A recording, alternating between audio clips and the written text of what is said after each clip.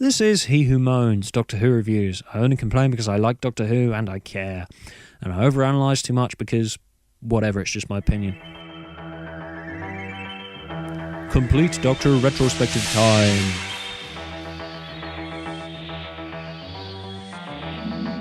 The Second Doctor. The Second Doctor was great, wasn't he? This was back in the 60s when people weren't afraid to have the character be markedly different and not just a cheap knockoff of the last actor who randomly turned into him. I'm sorry, but if you don't think that regenerating into a completely different person wasn't the bar set when a lead actor wants to leave the role, but you want to continue the series, you need your head checked. He's an alien who, when his body dies, he can become a different person, one of the greatest achievements in ongoing science fiction series. Troughton was in many ways the opposite of Hartnell's Doctor. Oh, so you're my replacements. A dandy and a clown. Yeah. Clown was Troughton's Doctor in a nutshell, really. Patrick Troughton was a silly children's entertainer, well adept at playing the fool, and the decision to make him the successor to the professorial, parental, crotchety old man alien with absolute knowledge of the universe took balls. Massive balls. Balls the size of the sun. And for such a daring chance to actually pay off and produce one of the greatest eras of TV science fiction, it must have been awesome to witness. Patrick Troughton's era on Doctor Who is a landmark achievement for TV sci-fi, which sadly we don't have much evidence for. The fact that most of his reign as the Doctor is only available in soundtrack and JPEGs is one of the biggest crimes in TV history. Of course, the excuse has been pandered around of different attitudes towards TV preservation. The idea of the station being able to rerun and record shows was seen as threatening to an actor's continued livelihood, and if shows were to be repeated, then the entire cast would be called back to perform it again, which is a suggestion that seems completely alien in the modern TV environment. How the hell could people think this way less than 50 years ago? It's also stunning to think of how much this has changed in the proliferation of TV since then. I guess it's wholly appropriate to consider this attitude towards TV preservation.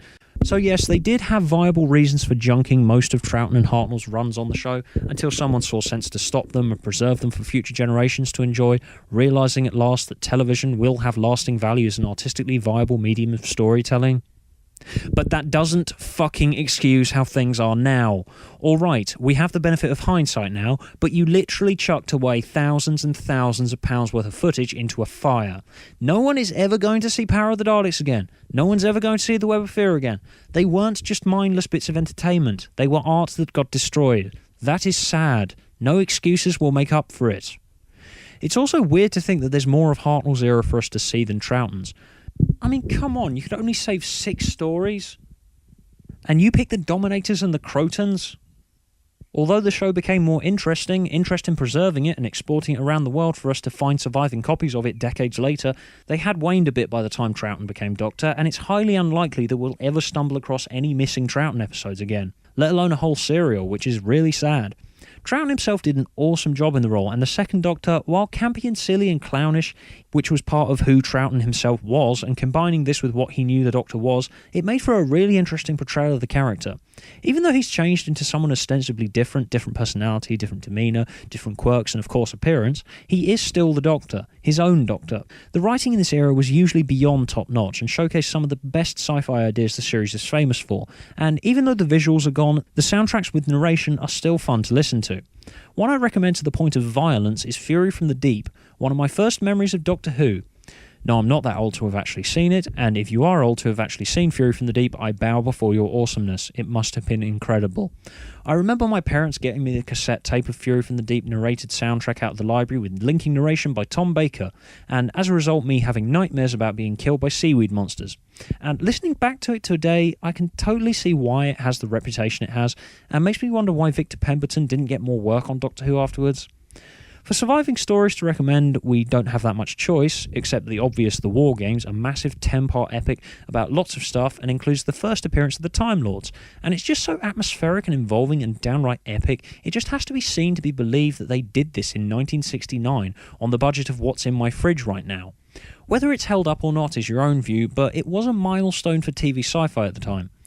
Other recommends include the really trippy, awesome Mind Robber, and of course Tomb of the Cybermen.